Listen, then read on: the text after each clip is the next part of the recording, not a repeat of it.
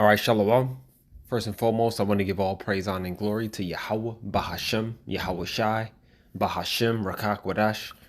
Double honor to the apostles and the elders that great Millstone who rule well. And I want to give peace and salutations to the elect scattered throughout the four corners of the earth.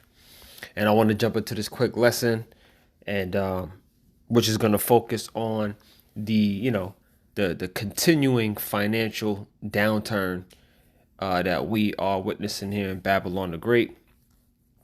This is a slow, steady decline of this beast system. And one of the things that make Babylon so strong, one of the things that always made Babylon, the great America, such a powerful kingdom, is its financial system. Okay, so you have Babylon's military, America's military, and their financial system, which created such a dominant force globally. And we are seeing Bible prophecy play out concerning the downfall of this place, which basically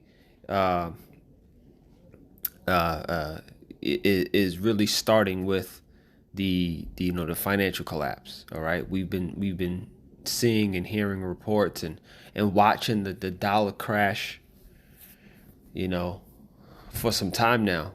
And we've seen inflation. We're looking at a potential recession coming up next year, and that's due to the downfall of this uncertain currency, which is known as the dollar. All right, and all of these things line up with one another. I'm sure, if you are in the spirit of a Bible prophecy, man, and you're watching this, and if you're concerned, and if you're that your mind is geared and focused on this place falling, these are the things that we watch out for. And that's why the scriptures say to it's like I'm drawing a blank, 2nd Ezra 9, where it says, measure thou the times diligently within itself.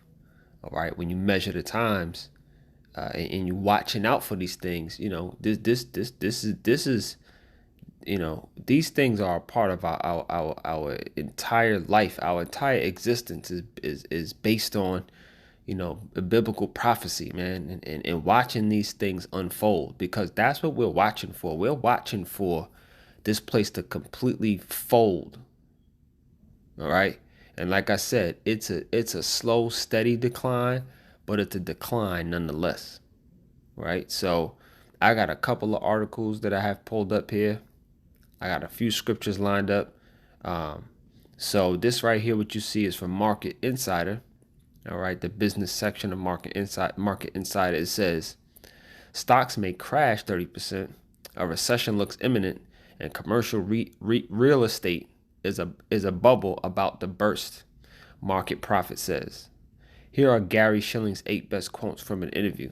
All right, so stocks are the stocks are looking like they're gonna crash by a 30% is actually a large amount when you're looking at a market, right? So the stock market, right, if you are looking at a 30% crash of the entire market, that's basically a third, that's a little bit less than a third of a third of the market. Okay, which is a big chunk of it. Okay, you got that along with commercial real estate. Okay, you got interest rates are about to interest rates skyrocketing. They've been saying that it's not the best time to invest or buy property at this time, because this is exactly what we're seeing here. All right, it says here, Market Prophet Gary Schilling issued a raft of dire warnings to investors. Right, investors, when you invest your money, a lot of times, man, when you invest your money, you're really just taking a chance. Okay, because you can't never really tell when the market is strong or not, because there's a lot of manipulation that goes on within these markets that tell you whether the market is strong or whether it's weak or whatever the case. You know what I mean? So it's you got to be careful when you invest your money. It's really like hit or miss to a degree. Um, you can see when things are trending upwards or when it's trending downwards, and then you know whether to buy or whether to sell, where you can make some money. But for the most part, man, like there's people behind the scenes that manipulate these markets. Okay, they use propaganda to manipulate markets. Okay, they actually hey, they create false flag operations, all right, to manipulate markets. All right. This thing is one big illusion, man. None of this stuff is actually real. Again, there's people behind the scenes that manipulate the stock market, that manipulate the real estate market. Okay? So and you got to be careful where you invest and put your money. It says stocks may crash 30%. A recession is imminent, and commercial real estate is a bubble about to burst. The Fed is likely to crush inflation and start cutting interest rates next year. All right. It says Gary Shilling, a veteran economist known for correctly forecasting such events such as the housing crash in 2008, also predicted on Julia LaRoche show that the Federal Reserve will beat inflation and start cutting interest rates next year. All right, so it says here are some of his 8 quotes. I won't read all of them, but it says here, it's fair to say that most forecasters on Wall Street are paid to be bullish, right? So that's what I mean about market manipulation, right? Most forecasters, it says most forecasters on Wall Street are paid to be bullish. I know from personal experience that if you are bearish, even if you are correct, it's very detrimental to job security. That's why I set up my own firm many years ago to avoid the hazard. And when you know those terms, bullish and bearish, basically that just means when you're bullish, that means you are like you're bullish, and bearish is when the market is when you're bullish, it means it's like how do I explain it? It's like when it's a good time to invest, right? When things are basically happening, right? When things are moving within a particular industry, right? People are buying because the prices are right for you to buy certain stocks or whatever the case. And when you're bearish is when the market is low, at a low point, and you kind of you don't want to have a lot of activity within the market. You kind of just want to you want to chill a little bit. All right. So that's what that means. Let's see. I'll just read one more of these. It says, I've been of the opinion that stocks would decline about 30 to 40% to peak to trough. You'd have a further decline of about 30% from here to get to that 40% overall decline. Shilling forecast suggests the S&P 500 could fall around 2,900 points, or its lowest level since the pandemic. Yeah, so we're looking at the overall the decline of the stock market. Okay, because it's a market that's just based on different manipulations, man. It doesn't really have any real value to it, right? It's one big ass illusion that people down at Wall Street, they work this thing every day, and it could crash at any minute. That's how it's not really it's not something that's steady, that's strong. Okay. And again, Esau uses his propaganda machine to manipulate the stock market. in all these different stocks. What's smart to invest in at this point based on what's going on, within that industry. You could have, I don't know, you could have something that goes on within technology, freaking, Apple can drop a new phone, right? They could drop a new phone, and they can, they'll have good reviews. It'll come out, or let's use the opposite. You'll have a piece of technology that comes out and it'll just get bad reviews. You know what I'm saying? It'll get bad reviews, and the next thing the stock for that particular company, it starts to plummet, right? But that all can be manipulated based on, different types of reports and propaganda that goes out. This can all be created and set up. Okay, it's not a real thing, and I'm just using that as an example. But that can happen within any industry, within any product. That can affect any stock. You know what I mean? And this is the type of this is the type of uncertain riches, which is actually the first scripture I want to get that we're dealing with. All right. This is 1 Timothy chapter 6, verse 17. It says, charge them that are rich in this world that they are not high-minded, nor trust in uncertain riches, but in the living power who gives us richly all things to enjoy. So when you're to uncertain riches, is things that you can't count on. You can't count on, the stock market for you to, if you're looking to, financially gain. I mean, like I said, it's not like you can't make money on the stock market because it's proven that you can, but it's uncertain riches. You can't trust it. You know what I'm saying? You really can't trust it because it could be manipulated and crash at any moment. The only thing you can trust in is the living power, YAHAWASHI, right? It says, charge them that are not rich, charge them that are rich in this world, that they be not high-minded, nor trust in uncertain riches, okay? But in the living power, who gives us richly all things to enjoy. So you can only really trust in YAHAWASHI because it's actually the Lord's program. When you see these things happen, this is the Lord's program. The end, the downfall, and destruction of America, Babylon the Great. This is YAHAWASHI bringing this place to its knees, bringing an end to this hegemony, okay, and how America has had its, because it's had its time. Okay. The Lord appointed Babylon the Great to be the kingdom that it is for a specific time, and we are in the end of this rulership, okay, which will end up in a third world war and the destruction of this place. Okay.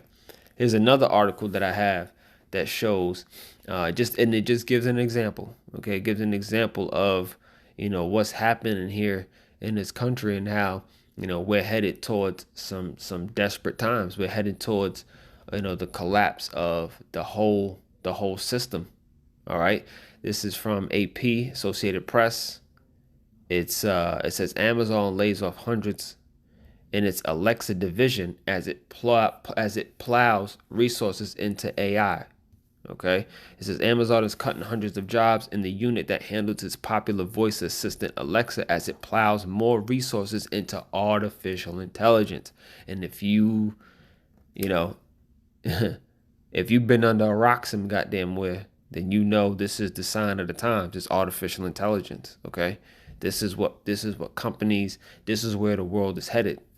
Okay, to this new advanced technology known as artificial intelligence. It says, in a note to employees on Friday, Daniel Rausch, Amazon's vice president of Alexa and Fire TV, wrote that the company is eliminating certain roles because it is ditching some initiatives. As we continue to invent, we're shifting some of our efforts to better align with our business priorities. Okay. What are their business priorities? To move towards AI, to move towards, because this ain't gonna be. This is just the beginning of of what they're gonna be doing with this technology. You know, there's going to be robots, and there's going to be all types of artificial intelligence that are going to replace humans when it comes to the workforce. All right. This is what they mean while they're shifting their efforts, and um they are what does it say here? Hold on. It says, as we continue an event, we're shifting some of our efforts to better align with our business priorities. This is what it means when it talks about their business priorities. Okay, because this AI, they feel like this artificial intelligence and this advanced technology, what's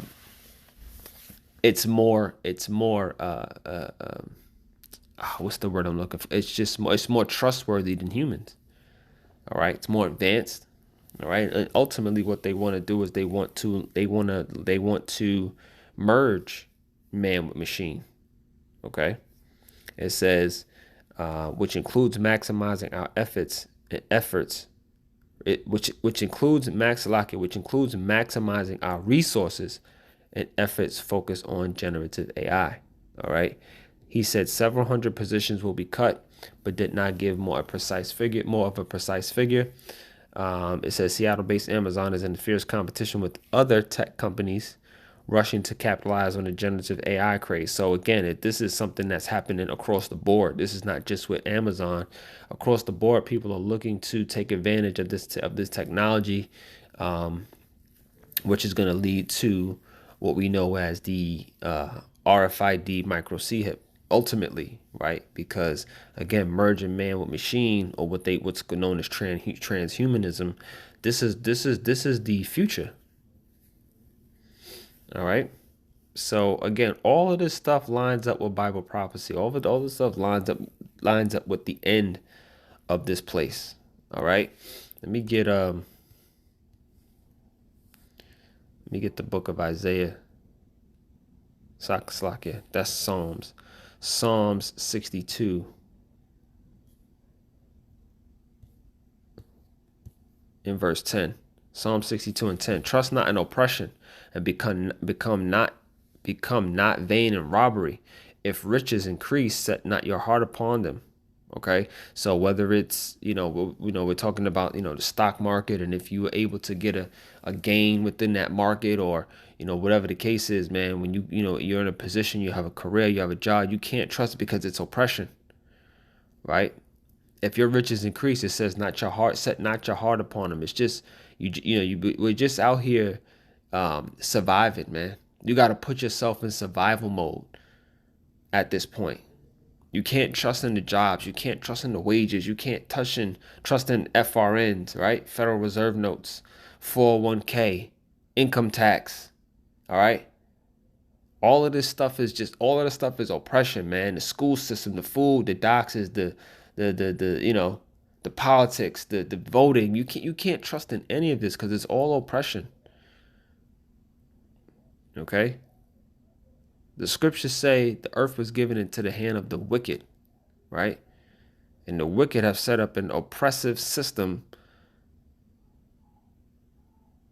namely for you so-called blacks, Latinos, and Native Americans. All right, because we're known to trust in this man, and he's given us over to wickedness. He's given our people over to a complete wicked way of living, way of life. All right. It says, if riches increase, set not your heart upon them. You gotta find the balance in these things that are happening. Right? Ain't nothing wrong with having money. Everybody would like to have some. All right. But we are not to set our heart upon them. We're not really to give ourselves over to this money. Why? Because it's uncertain and it'll fail you. Ultimately, it'll fail you. Right? Ecclesiastes 7:12 says, for wisdom is a defense and money is a defense. Okay?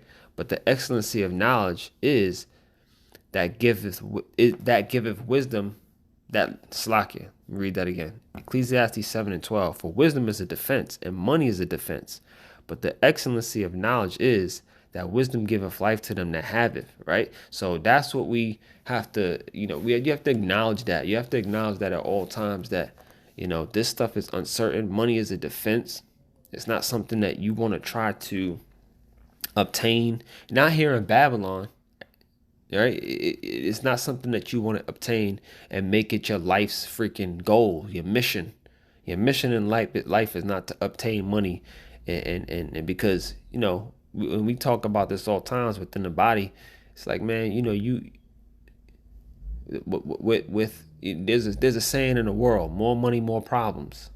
All right, and it's true, because the more money you get, it plays to your flesh. You know what I'm saying? It plays to your flesh and it consumes you, because all the things that you can obtain and purchase with money, man, it'll lead you to a place where you're not trusting in the Lord. You're trusting in your money. You're trusting in these riches, these uncertain riches. Okay, so that's why it's a defense. It's used to do what you got to do. You go to work, or if you have your own business or whatever, you get your money. You pay your bills, take care of your family, food, water, clothing, shelter. All right, and then that's it, man. If you're fortunate enough to put a little something to the side for a rainy day, then great. But even that is a defense, right? You use that, if you can help out the body, help out the brothers at any point that you can, then great, man. The Lord set you up that way, and hey, call Lord YAHAWASHI, YAHAWASHI. Beautiful, right? But you don't want to trust it. You don't want to give yourself over to it. All right.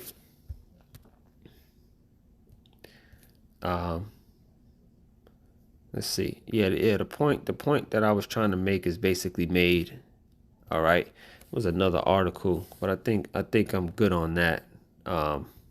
Yeah, I was looking at this from Mayor Adams, who's seems to be going through it lately.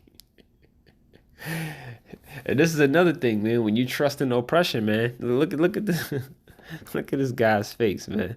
He looks stressed out. You know what I'm saying? And he's going through it because New York City is under fire, man, with this whole migrant crisis, and New York is running out of funding. Again, this all goes to what I'm talking about in this lesson, man. This uncertainty with this system, with this financial system. They're running out of money due to spending all their resources on this migrant crisis, and now this shit has come back to bite them in the ass. All right, now I ain't even gonna get into this because if the headline says it all.